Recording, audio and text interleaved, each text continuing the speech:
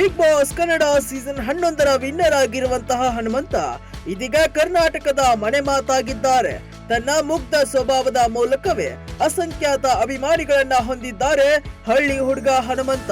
ಯಾರು ಅಂದುಕೊಂಡಿರದ ದೊಡ್ಡ ಸಾಧನೆಯೊಂದನ್ನ ಉತ್ತರ ಕರ್ನಾಟಕದ ಅಪ್ಪಟ ಗ್ರಾಮೀಣ ಪ್ರತಿಭೆ ಹನುಮಂತ ಮಾಡಿ ತೋರಿಸಿದ್ದಾರೆ. ದೊಡ್ಡ ಮನೆ ಎಂಬ ಬಿಗ್ ಮನೆ ಒಳಗೆ ಅನೇಕರು ಸಿಟಿ ಮಂದಿ, ಅದರಲ್ಲಿ ಹಳ್ಳಿ ಹುಡುಗ ನಮ್ಮ ಹನುಮಂತ ಮಾತ್ರ. ಇವಂಗೇನು ಗೊತ್ತಾಗಲ್ಲ, ನಮ್ಮ ಪಾಲಿಗೆನೆ ಬಿಗ್ ಬಾಸ್ ಟ್ರೋಫಿ ಎಂದು ಹೇಳುತ್ತಿದ್ದವರು ಸಾವಧಾನವಾಗಿಯೇ ಹಿಂದಕ್ಕೆ ಸರಿದರು. ಇವರೆಲ್ಲರನ್ನ ಹಿಮ್ಮೆಟ್ಟಿ ಉತ್ತರದ ಹುಲಿ ಬಿಗ್ ಟ್ರೋಫಿಗೆ ಮೊತ್ತಿಕ್ಕಿದ್ದಾರೆ. ಇದೀಗ ಆಚೆ ಹನುಮಂತನ ಚರಿಷ್ಮಾವೇ ಬದಲಾಗಿದೆ. ಅನೇಕ ಮಾಧ್ಯಮಗಳು ಸಂದರ್ಶನಕ್ಕೆ ಕಾಯುತ್ತಿವೆ.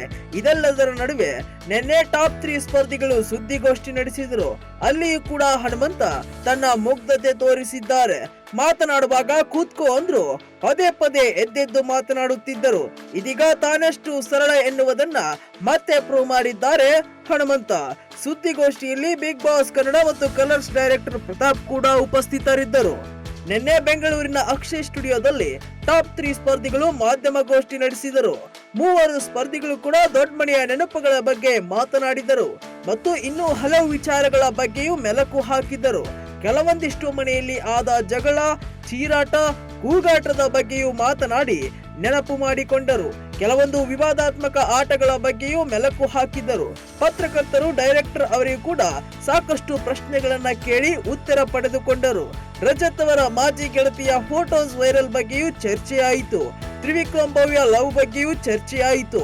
ಇನ್ನು ಎಲ್ಲಕ್ಕಿಂತ ಮುಖ್ಯವಾಗಿ ಹೆಚ್ಚು ಸುದ್ದಿಯಾಗಿದ್ದು ವಿನ್ನರ್ ಹನುಮಂತನ ಬಗ್ಗೆ.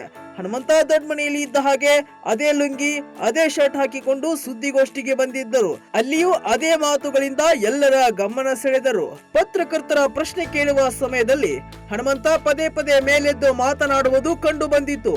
ಕುಳಿತುಕೊಂಡೇ ಮಾತನಾಡಿ ಎಂದರು ಪದೇ ಪದೇ ಎದ್ದು ಮಾತನಾಡುತ್ತಿದ್ದರು. ಇದು ಹನುಮಂತನ ಸರಳತೆಗೆ, ಮುಗ್ಧತೆಗೆ ಮತ್ತೊಂದು ಕೈಗನ್ನಡಿ ಎನ್ನಬಹುದು. ಕುಳಿತುಕೊಂಡು ಮಾತನಾಡುವುದಕ್ಕಿಂತ ಮುಂದೆ ಕುಳಿತುವವರಿಗೆ ಗೌರವ ಕೊಡುವ ಉದ್ದೇಶ ಇಟ್ಟುಕೊಂಡು ಹನುಮಂತ ಈ ರೀತಿ ಮಾಡುತ್ತಿದ್ದರು ಎನ್ನಲಾಗಿದೆ. ಇನ್ನೊಂದು, ಹನುಮಂತ ಹಳ್ಳಿಯಿಂದ ಬಂದವರು. ಆ ನಯ ವಿನಯದ ಸಂಸ್ಕೃತಿ ಕೂಡ ಹನುಮಂತ ಅವರಿಗಿದೆ.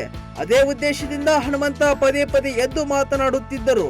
ಮತ್ತೆ ತದನಂತರ ಎಲ್ಲರ ಒತ್ತಾಯದ ಮೇರೆಗೆ ಕುಳಿತುಕೊಂಡು ಮಾತನಾಡಿದರು. ಇದಾದ ನಂತರ ಹನುಮಂತ ಹಲವು ವಿಷಯಗಳ ಬಗ್ಗೆ ಮಾತನಾಡಿದರು.